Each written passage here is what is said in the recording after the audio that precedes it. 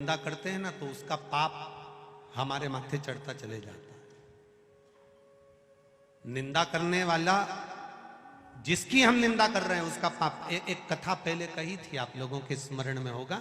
एक राजा को एक बीमारी लग गई, पूरा शरीर टपक रहा है, गिर रहा है, पूरा शरीर टपक रहा है, गिर रहा है, बड़ी भयंकर बीमारी, गल गल कर शरीर नीचे गिर रहा था।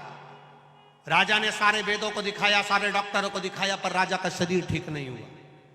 आखिरी में राजा ने विचार कर अब करूं तो करूं क्या। गुरु जी के पास गया, गुरुदेव मेरे शरीर में एक रोग लग गया, शरीर टपक टपक कर जमीन पर गिर रहा है, गुरुदेव मेरा शरीर गल रहा है, गुरु जी आप बताओ, कुछ अच्छा बता दीजिए।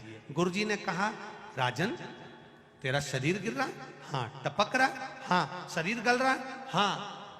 राजन तेरा भाई था ना, वो तो मर गया, भाभी कहां है? घर में। राजन एक काम कर, जहां जिस कक्ष में तेरी भाभी सोती है उस कक्ष के बाहर रात्रि के समय पर जाकर दरी बिछाकर सोना चालू कर दे। किसी को बताना मती, किसी को बोलना मती, किसी से कुछ कहना मती, बस भाभी के कमरे के बाहर जाकर सोना चालू कर दे। ठीक है महाराज, इससे अच्छा हो जाऊंगा? बिल्कुल अच्छा हो जाएगा, जा सो। अब गुरु जो बताता है बड़ा विचित्र बताता है। दुनिया के लोगों को भले लगता है क्या शंकर जी को जल चढ़ाने से ऐसा हो सकता है, क्या बेलपत्र चढ़ाने से ऐसा हो सकता है, क्या धतूरा चढ़ाने से ऐसा हो सकता है, क्या शहद चढ़ाने से ऐसा हो सकता है, क्या चावल का दाना चढ़ाने से ऐसा हो सकता है, क्या शंकर जी के मंदिर में सफाई करने से, शिव जी के मंदिर को धो देने से शंकर के मंदिर को साफ कर गया, उसके मर गया, उसके कमरे में जाकर सोता है। भाई मर गया और राजा भाभी के कमरे में जाकर सो रहा है। एक दासी ने दूसरी से कहा, दूसरी ने तीसरी से कहा, तीसरी ने चौथी से कहा, चौथी ने पांचवी से कहा। बात पूरे नगर में फैल गई। लोग राजा को गालियां देने लगे, अपशब्द कहने लगे, ताना देने लगे, आड़ा टेढ़ा कहने लगे, कोसने लगे, खूब अपशब्द कहने लगे। राजा धीरे धीरे धीरे धीरे राजा का शरीर अच्छा होते चले गया, राजा का शरीर ठीक होते होते चला गया। राजा एक नारियल लेकर, श्रीफल लेकर गुरुजी के पास पहुंच गया। गुरुजी किसी डॉक्टर की दवाई नहीं लगी, किसी वेद की औषधि नहीं लगी, केवल भाभी के कमरे के बाहर सोने से मेरी बीमारी ठीक हो गई। कैसे हो गई? गुरुजी ने कहा, राजा तेरा पाप बहुत बढ़ गया था, उस पाप को समाप्त करने के लिए तेरी निंदा करवाना प्रारंभ करी, तेरी बुराई करवाना प्रारंभ करी। दुनिया के लोगों ने जब तुझे गाली देना चालू करा, अपशब्द कहना चालू करा, बुराई करना चालू करा, निंदा करना चालू करा, तो तेरा रोग, तेरी बीमारी अपने आप समाप्त हो गई। तेरा रोग मिट गया, तेरी बीमारी समाप्त। तुम देखना, अपने अपने घरों में देखना,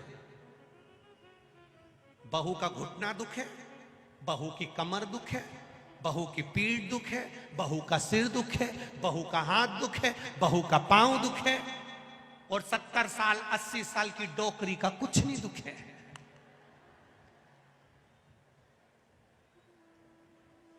वो बूढ़ी अम्मा का कुछ नहीं दुखता, वो माता का कुछ नहीं दुखता।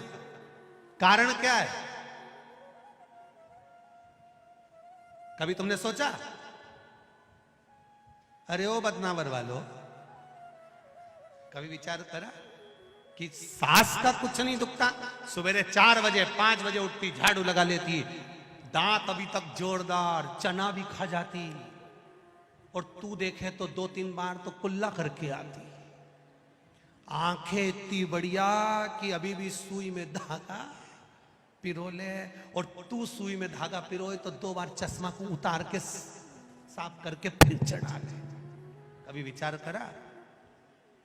सुबह 4 बजे से घर की बुजुर्ग मां काम में लग जाती है, 4 बजे से गोबर, झाड़ू, बर्तन, ये वो करते करते करते करते सवेरे जल्दी नहा नुहा के मंदिर जाके फिर आके काम में लग जाए, रात को सोते सोते तक भी कोई काम बता दे तो वो काम कर दे, मेहमान आए पानी पिला दे, रोटी बना दे, सब्जी बना दे, खिला खिलू के नची।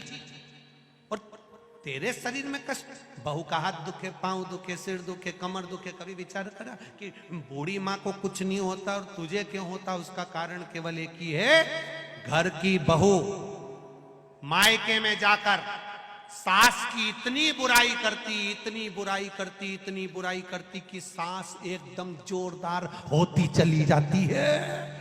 सास बीमारी नहीं होती क्योंकि बुराई करते करते करते करते उसके पूरे रोग, पूरी बीमारी समाप्त। इसलिए सास होन आज भी एकदम ओल्ड इज गोल्ड, आज भी जोरदार।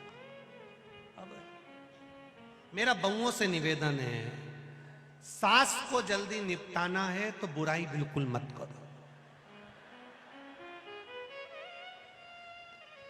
तुम जितनी जितनी बुराई करोगे ना, सास उतनी जोरदार खजूर वाली चोटी बना के, हार वार पहन के, झामर झुमका पहन के चलेगी।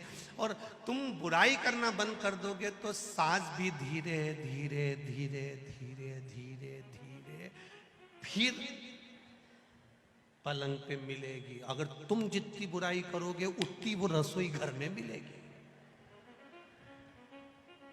जल्दी निपटाना है तो बुराई करना,